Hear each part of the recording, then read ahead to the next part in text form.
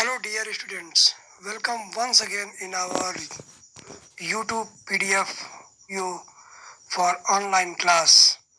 This is History chapter 3rd, from gathering to growing food. Students, in this chapter we will discuss the final topics of this lesson. Okay, students? The topic is a closer look.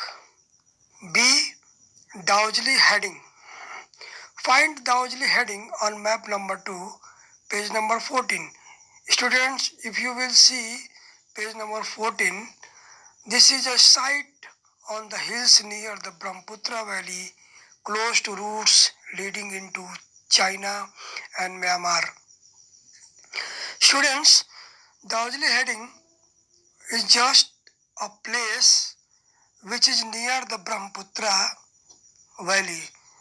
दाउजली Hading एक ऐसा स्थान है जो Brahmaputra valley यानी ब्रह्मपुत्र जो घाटी है, ब्रह्मपुत्रा जो नदी है आपकी, उसके घाटी के पास एक छोटी सी पहाड़ी के पास ये स्थित है। ठीक है। और ये जो दाउजली हेडिंग है ये रूट प्रोवाइड करती है, अर्थात रास्ता या मार्ग उपलब्ध कराती है चाइना और म्यांमार के लिए। ठीक है।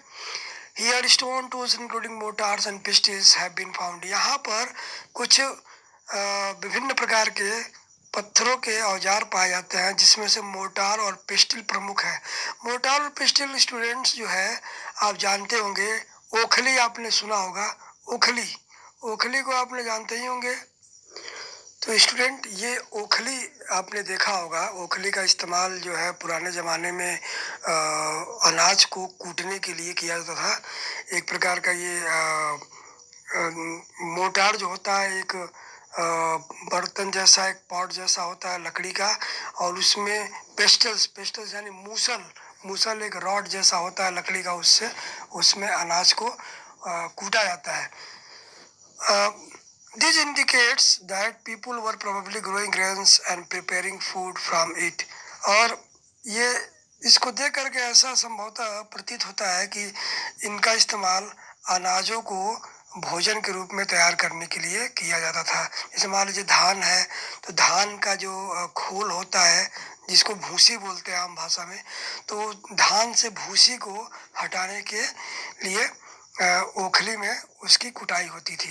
Other finds include jadeite, a stone that may have been brought from China. इसके अलावा स्टूडेंट अगर अन्य दूसरी चीज़ों की बात करें तो उसमें एक जेडाइट एक प्रकार का विशेष पत्थर था, हरे कलर का ये स्टोन होता है, जिसको कई बार आम भाषा में हम लोग पन्ना भी बोलते हैं। तो ये जो है चाइना से ये लाया जाता था। Also common are finds of tools made of fossil wood, ancient wood that has hardened into stone and pottery. इसके अलावा कुछ स्टोन टूल्स भी मिले जो संभवतः पुराने ज़माने के जो लकड़ियाँ होती थी, और लकड़ियाँ जब वो ज़मीन के अंदर लंबे समय तक दबी होती थी तो वो बिल्कुल पत्थर के आकार की होती थी, जिनको फॉसिल वुड बोलते थे, अर्थात जीवाश्म लकड़ी बोलते थे, और इसके द्वारा कुछ लकड़ियों के औजार बनाए गए थे।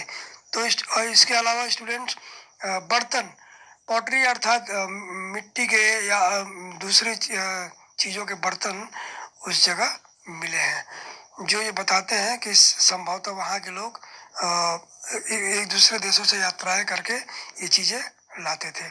अब आइए स्टूडेंट्स अंत में हम पढ़ते हैं एल्सवेयर के बारे में। Students, as you know very well about elsewhere का मतलब होता है अन्यत्र। इसमें हम किसी भी देश की घटना के बारे में जानते हैं, समझते हैं। ठीक है। तो students, find Turkey in your Atlas. अगर आप एटलस देखें तो आप उसमें देखेंगे कि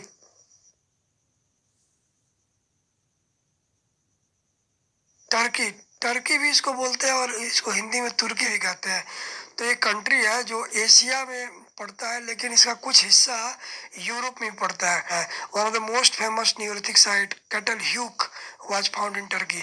और एक सबसे प्रमुख जो न्यूलिथिक साइट है, मैं बता चुका हूँ, न्यूलिथिक साइट जो होता है वो न्यू स्टोन एज है, सबसे बाद का स्टोन एज है, जिसमें कुछ मॉडर्न टाइप के स्टोन टूल्स, कुछ पॉलिश्ड और ग्राइंडिंग ग्रेन्स वाले स्टोन टूल्स पाए जाते थे, जिनके शार्प एज होते थे। तो ये टर्की में कैटल ह्यूक नाम का एक न्यूलिथिक साइट मिला था। Several things were brought from great distances. इसके अलावा बहुत सी ऐसी चीज़ें थीं जो दुनिया के दूसरे देशों से यहाँ पर लाई गई थी, जैसे कि फ्लिंट फ्रॉम सीरिया, अर्थात सीरिया से चकमक पत्थर। इमेज में आप देखेंगे चकमक पत्थर।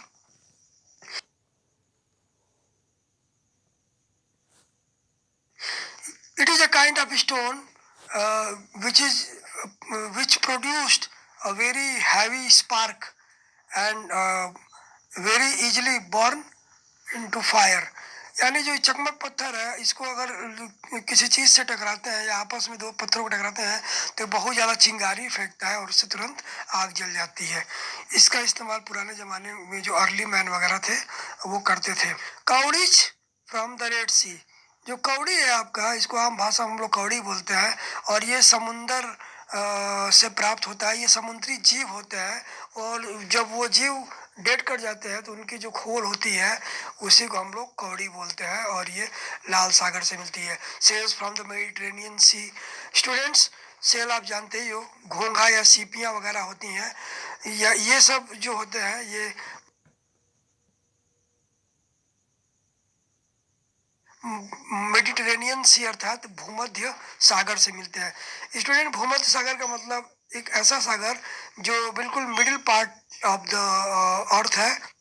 ये 3 महाद्वीपों से घिरा है, यूरोप, एशिया और अफ्रीका, इनके बीच में ये आता है। And used in the settlement. और इन सब का इस्तेमाल जो है घरों में हम लोग अपने जहाँ पर रहते हैं इन सब का इस्तेमाल हम लोग करते हैं। Remember there were no carts, most things would have been carried on the back of pack animals such as cattle और बाई पीपल। याद रखना स्टूडेंट्स, उस जमाने में कोई भी बैलगाड़ी या घोड़ा गाड़ी नहीं होती थी, तो अधिकतर जो सामग्रियां होती थी ये जानवरों के पीठ पर लाद करके लाई जाती थी, जैसे कि कैटल और बाई पीपल, या लोगों के द्वारा ये ढो करके लाई जाती थी।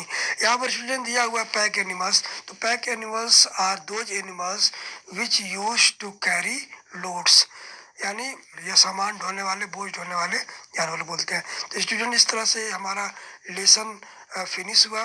यहाँ पर साइड में कुछ कीवर्ड्स दिए गए हैं, तो जैसे कि domestication, farmers, herders, neolithic, pots, tribes, village, house and burials. इन सब का मैं बारी बारी से एक बार हिंदी बता देता हूँ स्टूडेंट्स। जैसे कि डोमेस्टिकेशन को हिंदी में बोलते हैं घरेलूकरण, अर्थात किसी चीज़ को घरेलू बनाना। फार्मर्स का स्टूडेंट आप जानते हो किसान। हर्डर्स का मतलब होता है पशुपालक। न्यूलिथिक का मतलब होता है नवपाषाण काल। पॉट्स का मतलब बर्तन। ट्राइब्स का मतलब होता है आदिवासी या जनजाति। विलेज का मतलब गांव। हाउसेस का मतलब घर, और ब्यूरियल्स का मतलब होता है कब्रगाह। तो ये कुछ वर्ड है स्टूडेंट्स, इसको जरूर आप लोग एक बार अच्छे से पढ़ लीजिएगा। अब स्टूडेंट, चूंकि लेसन हमारा फिनिश हो गया है, तो मैंने कुछ आपके लिए इस लेसन से कुछ इम्पोर्टेंट क्वेश्चन तैयार किए हैं, और वो क्वेश्चन मल्टीपल चॉइस है। तो बारी बारी से स्टूडेंट हम उनके बारे में डिस्कस करेंगे। आइए देखते हैं पहला question. Students, I have made this question for you. So, look, the first question. The process in which people grow plants and looked after animals are called. The four option given there. Student, जल्दी से आप लोग अपना answer तैयार कर लीजिए। वह प्रक्रिया जिसके द्वारा इंसान जो है पेड़ पौधे उगाता है, अनाज उगाता है और जानवरों की देखभाल करता है, उसे क्या कहते हैं? प्लांटेशन, डोमेस्टिकेशन, इरिगेशन और जर्मिनेशन। स्टूडेंट्स, उम्मीद है आपने अपना ऑप्शन तैयार कर लिया होगा। तो इसका सही ऑप्शन है डोमेस्टिकेशन। स्टूडेंट, आपने पढ़ा भी होगा कि वह प्रक्रिया जिसमें हम अनाज उगाते हैं, जानवरों की देखभाल करते हैं, उसको डोमेस्टिकेशन बोलते हैं। चलिए अब आइए अपने सेकंड क्वेश्चन की ओर चलते हैं। Where is Mehrgarh located? Students, कोई गेस आपको कि मेहरगढ़ कहाँ पे स्थित है? हमने अभी हाल ही में पढ़ा था। यहाँ पर 4 ऑप्शन दिए गए हैं, India, Nepal, China and Pakistan. तो बताइए सही जवाब क्या होगा? मुझे लगता है कि आपने आंसर अपना तैयार कर लिया होगा। स्टूडेंट्स, इसका सही आंसर होगा पाकिस्तान। जो मेहरगढ़ है प्रेजेंट में पाकिस्तान नामक कंट्री में स्थित है। अब आइए स्टूडेंट बढ़ते हैं तीसरे क्वेश्चन की ओर।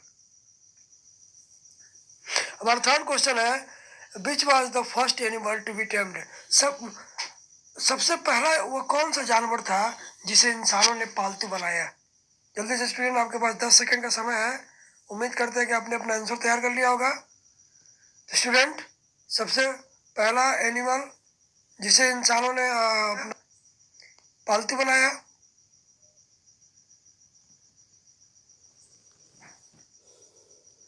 स्टूडेंट, मुझे लगता है कि आप अपना अपना आंसर तैयार कर लिया होगा। स्टूडेंट, इसका सही ऑप्शन है डॉग। स्टूडेंट्स, सही ऑप्शन है आपका डॉग। जो पहला एनिमल था जिसे इंसानों ने पालतू बनाया वो था आपका डॉग। स्टूडेंट, और हमारा फोर्थ क्वेश्चन है, why did people settle near their crop fields? लोग अपने खेतों के आसपास या जहाँ पर वो खेती करते थे उसके आसपास क्यों रहना शुरू किए? किस पर्पस के लिए? For playing, for storing food, for travelling, for looking after crops, watering, weeding and driving away animals. तो क्या होगा स्टूडेंट? जल्दी बताएं आप हमें कमेंट करके। तो स्टूडेंट्स, इसका सही ऑप्शन क्या होगा? इसका सही ऑप्शन होगा ऑप्शन नंबर 4। जी हाँ स्टूडेंट, इसका ऑप्शन नंबर 4 सही ऑप्शन होगा, क्योंकि लोग अपने खेतों के पास इसलिए रहना शुरू कर दिए ताकि वो अपने फसलों की देखभाल कर सकें और जानवरों को, पक्षियों को उन अनाज के खेतों से दूर रख सके। अब आइए स्टूडेंट बढ़ते हैं क्वेश्चन नंबर 5 की ओर। क्वेश्चन नंबर 5 है हमारा, the houses which are build inside the ground, वो मकाने या वो घर जिसे जमीन के अंदर बनाया जाता है, इसको क्या बोलते हैं? तो यहाँ पर 4 ऑप्शन दिया है स्टूडेंट। पहला है आपका पिट हाउस, दूसरा है टेंट हाउस, तीसरा है कारवान और चौथा है हाउस बोट। 10 सेकंड का आपके पास समय है, जल्दी बताइए। स्टूडेंट, मुझे लगता है कि आपने अपना आंसर तैयार कर लिया है। The right answer is pit house. क्या होगा? Pit house. Pit house is the right answer. अब आइए बढ़ते हैं अगले क्वेश्चन की ओर। 6 question, the people who live in groups and follow certain customs, practices and speak same languages are called. यानी वो लोग जो एक समूह में रहते थे, एक विशेष प्रकार के रीति रिवाज और प्रैक्टिसेस यानी प्रथाओं को और एक ही समान की भाषा बोलते थे, इन लोगों को क्या कहते थे? तो यहाँ पर ऑप्शन दिया हुआ है, फार्मर्स, हर्डर्स, ट्राइब्स या ट्रेडर्स। स्टूडेंट को क्या बोलते थे? किसान या पशुपालक या जनजाति या ट्रेडर? क्या होगा सही ऑप्शन? मुझे लगता है कि आपने अपना आंसर तैयार कर लिया होगा। The right answer is tribes. यानी जो भी लोग इस प्रकार के लोग तो जो एक विशेष समूह में और अलग अलग रीति रिवाज न मानते हुए एक ही रीति रिवाज फॉलो करते थे, ट्राइब बोलते हैं। ठीक है, अब आइए बढ़ते हैं अगले क्वेश्चन की ओर। स्टूडेंट, हमारा नेक्स्ट और आखिरी जो क्वेश्चन है आपके इस बुक से, tools of this age were polished to give a fine cutting edge and used for grinding grain and other plants.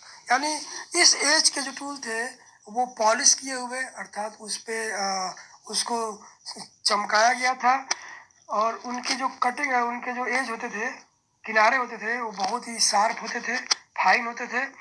और इस प्रकार के पत्थरों का इस्तेमाल ग्राइंडिंग ग्रेन अर्थात अनाजों को ये पीसने के लिए और दूसरे प्लांट्स को काटने पीटने के लिए किया जाता था।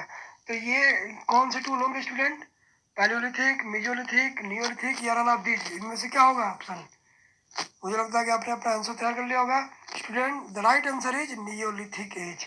नियोलिथिक एज के जो टूल्स थे वो पॉलिश्ड और फाइन एज वाले और ग्राइंडिंग करने के इस्तेमाल में आते थे। तो स्टूडेंट, इस तरह से हमारा लेसन समाप्त हुआ। I hope you have understand well. So now stay home, stay safe and stay happy. All the best, good luck.